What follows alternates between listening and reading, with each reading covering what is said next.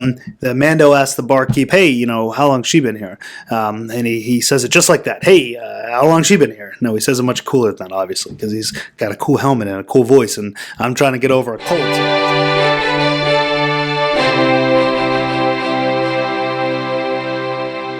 Happy Thanksgiving, everyone. It's Final Death Star here. Well, I guess it's technically over now, but, we should have thanks in our hearts all the live long day. So, happy Thanksgiving. I am very thankful for everyone who watches all my videos and likes and shares them and enjoys them and comments and subscribes to the channel. Thank you guys so much. Also thankful to everyone on the fourth wave, my fellow compatriots there who we do our live show Wednesdays and Saturdays now. So thank you guys as well, and everyone in KOTOR. You know who you are. Thank you guys as well, the wonderful community we've built. So happy Thanksgiving.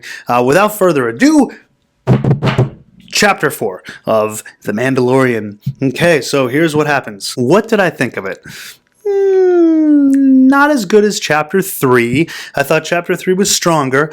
However, Chapter 4 had some nice moments in it. It built on the world a little bit, but there were some things that I thought were a little cheesy, a little long-winded, so let's get into it.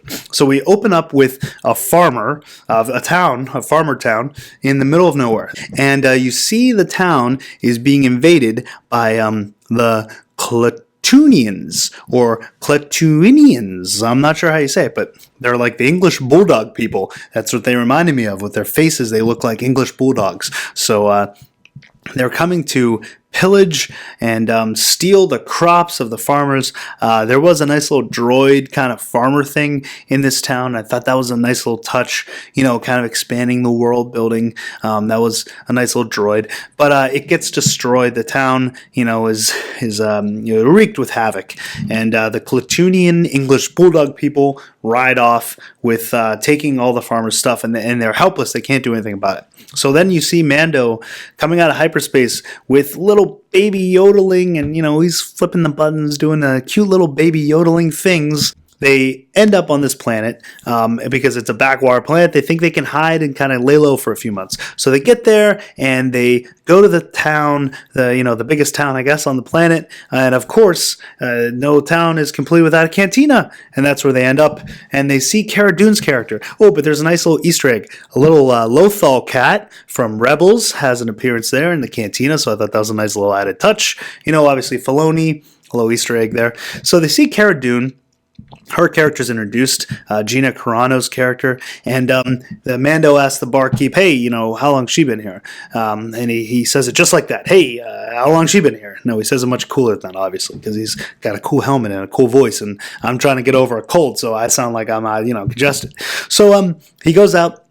She leaves. He follows her. There's a nice little fight in the alleyway that ensues. I thought they did a very good job with the fight scene, keeping it even, well balanced. You find out she's a former shock trooper and a drop trooper from the rebellion, so she's obviously very trained, and they have a nice fight scene. He punches her in the face a couple times, so you get the feeling that this show at times doesn't hold punches, so to speak, but at other times it's a little Disney-fied. So the show's still trying to find that balance, which I think it's going to continue to have a problem doing, between aggressively going for it and holding off because it's kind of a Disney kid show. It's it has its moments here and there. So they end up with on the ground, both guns pointing at each other, very fair. No one wins. It's a draw. And they look over and they see little baby Yoda just eating the soup. Kind of a funny little scene. So they decide that she's going to stay on the planet. He's going to leave because she was there first. She thought he was after her because of a bounty, but he says no. He's just trying to find a place to lay low. But anyway, he goes back to his ship, and then he sees two of the farmers there that saw the ship flying overhead, and they want to enlist his help because they need help against the English bulldog people that are ransacking their village. So he says no, you can't pay me enough. And then they say, well, we'll just walk back to our lonely village out in the middle of nowhere. And he says, ooh, middle of nowhere, that's what I'm looking for. So he figures, okay, I'll give you a ride back and we'll go to your little middle of nowhere place and farm. town, and maybe I can lay low there. So he gets there, and then you get this little kind of, I don't know, it's a little cheesy scene with the kids, and they're loving little baby Yoda, and I don't know. It seemed a little Disney-fied there, kind of a little long-winded. He kind of meets this woman who has sort of an attraction to him, even though she can't see his face, but wants him to like lift up the helmet, take his helmet off. And he says, well, he's never done that, since he was a kid. Once he put it on, he can't take it off. If he ever takes it off, he can't put it back on. So, and she's like, okay, I understand. But, there's a little attraction there. And then he gets Cara Dune to help him to try to take out the English Bulldog people. But they go on a little mission, a little scouting mission. They see there's ATST markings, so they think that maybe the Empire somehow is now involved in this as well. So they come back and they say, well, we need to train you guys. Well, first they say, you got to leave your town. You got to leave the farm. You can't go here anymore. You got to leave. And they say, no, we're not leaving. We're staying here. You decide to help us, so you help us fight. The farmers want to fight. And it's very reminiscent of the Clone Wars Bounty Hunters episode. It's Season 2, Episode 17, where Ahsoka, Anakin, and Obi-Wan kind of train this little farming town of Felucia into fighting back against Hondo and the pirates. It's really reminiscent of that, and also very Robin Hood, Prince of Thieves vibes that I got from this. So they're training the villagers how to fight with sticks. I don't know. Again, it's kind of it was a little cheesy, but like I got what they were trying to go for. I just don't know how it played. It played very much like an animated episode, which is okay. But I thought it didn't have enough risks. It just kind of played a little too safe for me, this chapter. But they train them, and then they have this plan. They're gonna go to the camp of the Klatooinians and lure them back. And once they get there, they're gonna trap them and fight them, and kill them, I guess, is their plan. Mando and Cara Dune go to the encampment to do a little scouting mission and try to lure them, try to get them to follow them. And there's a fight inside the little tent, and they get the best of them, of course. And they're now, they blow up one of their little tents that has this like cryogenic, I don't know what it was supposed to be, some kind of blue liquid, and maybe it was blue milk for all I know, I don't know, but it was glowing, so it was radioactive blue milk. So they get them to follow them, and they're running back, and the ATST's after them, and it's like kind of like a Tyrannosaurus Rex going through the woods, and it's got red eyes. The eyes of it are red because it's got infrared, so it's chasing them after him in the woods. They get back to the village, and they're ducking behind this barricade. All the villagers are there with their pitchforks, little sticks, and they've got some guns. And then you see this ATST coming out of the woods, and you see the glowing eyes at first, and then it finally makes its appearance. It's kind of like waiting for King Kong to enter or something. That kind of that vibe. It was pretty cool. Their plan was they were going to get this ATST to go into this little water bank, and then fall over. But it was kind of this cat and mouse game of the ATST's feet moving back and almost falling in, not falling in, taking a step, but stopping short. It kind of was long-winded. It was like, okay, I get where you're going, just have it fallen already.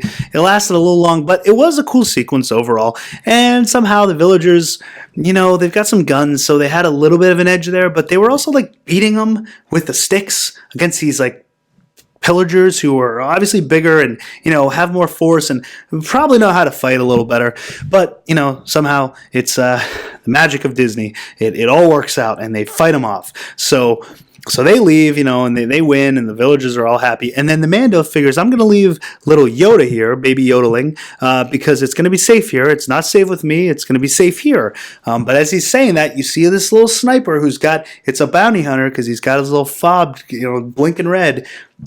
And he's got little baby Yodeling in his sights, and there's probably a lot of people watching this saying, yes, take the shot, take the shot, take the shot.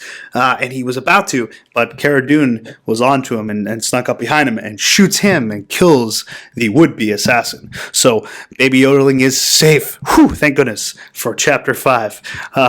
But much to the dismay of a lot of people, I'm sure. So after this happens, they decide, well, we can't leave baby Yodeling here because obviously it's not safe. They're going to keep coming, so it's got to go with Mando. I guess Cara Dune decides she's not going to go with them, so she stays behind, and Mando leaves, and all the kids are cheering, bye Mando, bye baby Yodeling, we're so thankful, we'll see you. And they're all like waving, and it's again kind of I don't know, a little too Disney for me. It didn't really feel like Star Wars.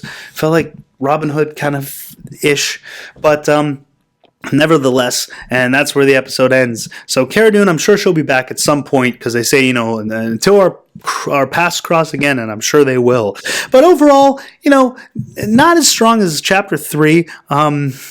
It had some nice moments. The ATST thing was cool. The villagers fighting back, I don't know. I get the vibe that they were going for, but I thought it was just a little too cheesy to really kind of be believable.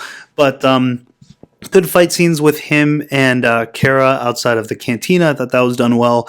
So I'd say this episode was maybe like a 6.5 for me. It's 6.5. I would have given the chapter 3 more of like an 8. So, this dropped down just because I don't know. I wasn't as into it. Thought it was a little more like it didn't really push the story along, other than he meets Cara Dune. But other than that, it wasn't too.